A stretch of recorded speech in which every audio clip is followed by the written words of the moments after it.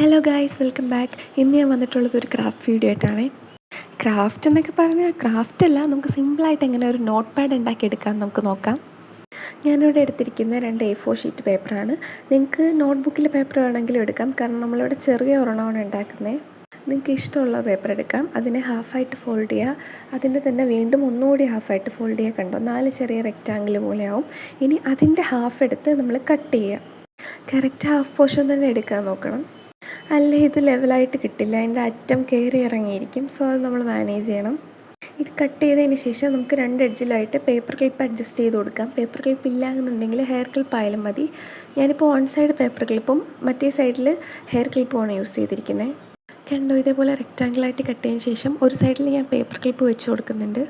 കണ്ടോ, ഇതേപോലെ റെക്റ്റാങ്കിൾ പീസായിട്ട് കട്ട് ചെയ്തതിന് ശേഷം ഞാൻ ഒരു സൈഡിൽ പേപ്പർ ക്ലിപ്പ് വെച്ച് കൊടുക്കുന്നുണ്ട്. അതെന്തിനാന്ന് വെച്ചാൽ ഗം അപ്ലൈ ചെയ്യുമ്പോൾ ഈ പേപ്പർ അങ്ങോട്ടും ഇങ്ങോട്ടും നീങ്ങിപ്പോകാണ്ടിരിക്കാനാണ്. ഒരു സൈഡിൽ പേപ്പർ ക്ലിപ്പും മറ്റേ സൈഡിൽ ഹെയർ ക്ലിപ്പുമാണ് യൂസ് ചെയ്തിരിക്കുന്നത്. ഇതുപോലെ തിക്കായിട്ട് അപ്ലൈ ചെയ്ത് കൊടുക്കുക. എന്നിട്ട് ഒരു ദിവസം ഉണക്കാൻ വയ്ക്കുക. ഞാനിവിടെ ഒരു ദിവസം ഉണക്കാൻ വെച്ചു.